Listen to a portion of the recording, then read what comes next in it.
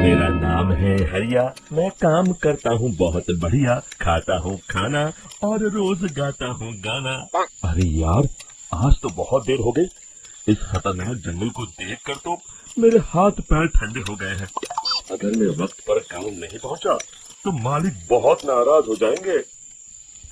तभी हरिया को एक आवाज सुनाई देती है। सुनिए हरि जी। अरे, ये आवाज किसने दी?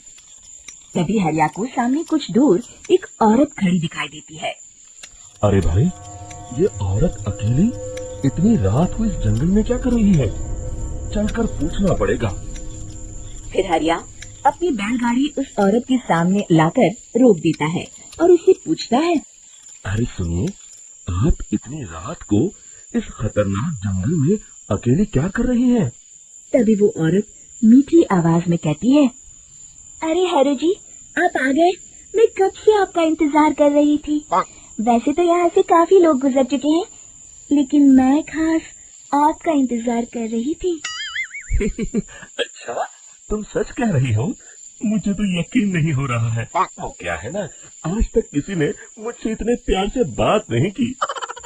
हाँ हाँ हरि जी, मैं सच कह रही हूँ। अब देर मत करिए और जल्दी से मुझे मेरे घर तक छोड़ दीजिए। हाँ हाँ, कौन सी बड़ी बात है, अभी छोड़ देता हूँ। आप मेरे पीछे बैलगाड़ी में बैठ जाइए और मुझे रास्ता बताते चलिए। फिर वो औरत हरिया की बैलगाड़ी में बैठ जाती है और हरिया बैलगाड़ी हाँकता हुआ आगे चल पड़ता है। फिर उस औरत के बताए हुए रास्ते पर चलते चलते हरिया बैलगाड़ी लेकर एक काली गुफा के आगे आकर रुक जाता है। हरिया उस औरत से पूछता है। देवी जी, आपका घर कहाँ है? यहाँ तो एक गुफा के अलावा और कुछ नहीं है। तभी अचानक वो औरत हवा में उड़ने लगती है। देखते ही देखते उसका सुंदर रूप एक डरावनी चुड़ैल में बदल जाता है और वो जोर जोर से हंसती है। अरे तू तो एक नंबर का बेवकूफ निकला। तू तो बड़ी आसानी से मेरी बातों में आ गया। अरे मर गया रे, ये तो एक चुड़ैल है। हे भगवान बचा ले, ये तो बड़ी डरावनी दिखाई दे रही है। और फिर अगले ही पल हरिया की बैलगाड़ी में रखा सारा सामान हवा में उड़ता हुआ उस काली गुफा के अंदर चला जाता है और वो चुड़ैल भी उस गुफा के अंदर जाकर कहीं गायब हो जाती है। हरिया ये नजारा देख बुरी तरह घबरा और परेशान हो जाता है। अरे, ये चुड़ैल तो मेरा सारा सामान लेकर गुफा में गायब हो गई। अब क्या होगा? अगर मैं गांव खाली हाथ गया तो मालिक मेरी अच्छी खबर लेंगे। मेरी इस बात का कोई यकीन भी नहीं करेगा। फिर आखिर वही हुआ। हरिया के मालिक चंपक सेठ को हरिया की किसी भी बात पर रत्ती भर भी यकीन नहीं हुआ। चंपक सेठ को लगा हरिया झूठ बोल रहा है और उसने ही लालच में आकर सारा सामान हड़प कर लिया है। फिर हरिया को बेईमान समझकर चंपक सेठ उसे काम से निकाल देता है। अगले दिन अपनी दुकान में परेशान बैठा चंपक सेठ गुस्से में बड़बड़ाता है। अरे, दुकान में तो सामान बिल्कुल भी नहीं है। अब मुझे ही शहर जाकर सामान लाना होगा।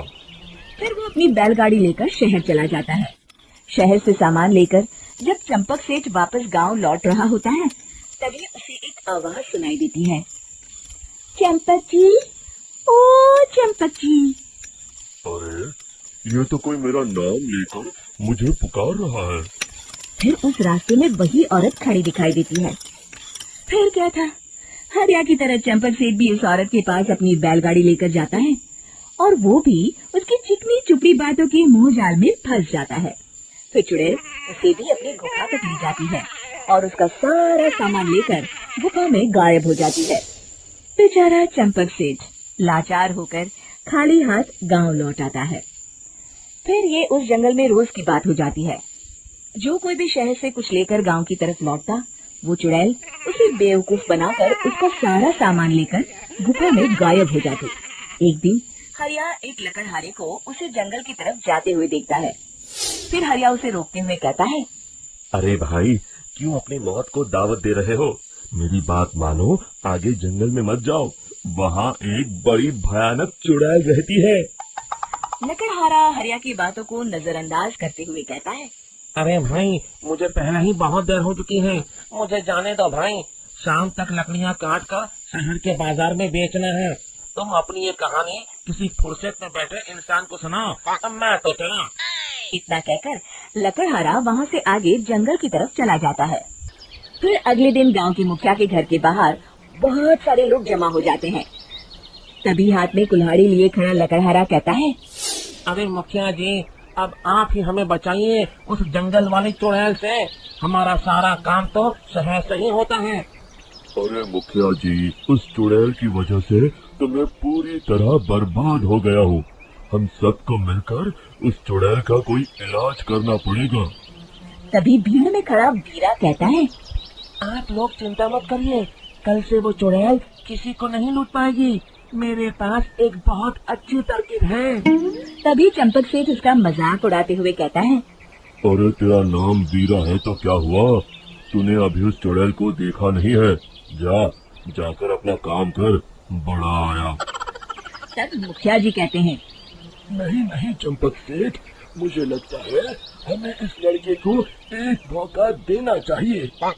फिर सभी गांव वाले मुखिया जी की बातों से सहमत हो जाते हैं और वीरा शाम को एक बैलगाड़ी में कुछ सामान लादकर उस जंगल की ओर चल देता है।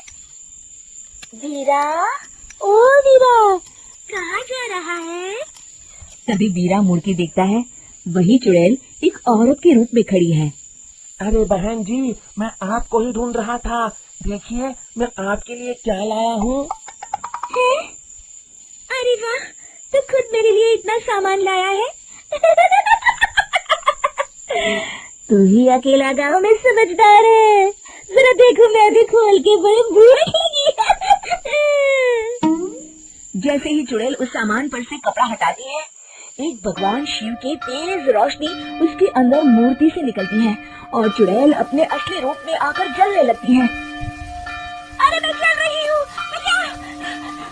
बचाओ! ओम नमः शिवाय!